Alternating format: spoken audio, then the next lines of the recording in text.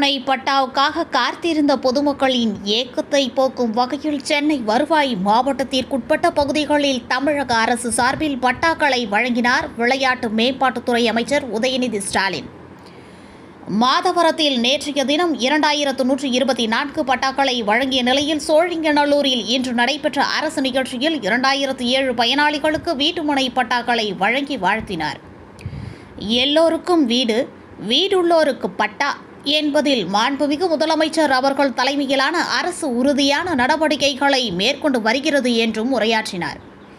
பட்டா பெற்ற பொதுமக்கள் வெளிப்படுத்திய அன்பும் மகிழ்ச்சியும் மன நிறைவை தந்தன என்றார் விளையாட்டு மேம்பாட்டுத்துறை அமைச்சர் உதயநிதி ஸ்டாலின். நமது கிள்ளை மீடியா சேனலை லைக் பண்ணுங்க, ஷேர் பண்ணுங்க, கமெண்ட் பண்ணுங்க, மறக்காம சப்ஸ்கிரைப் பண்ணுங்க.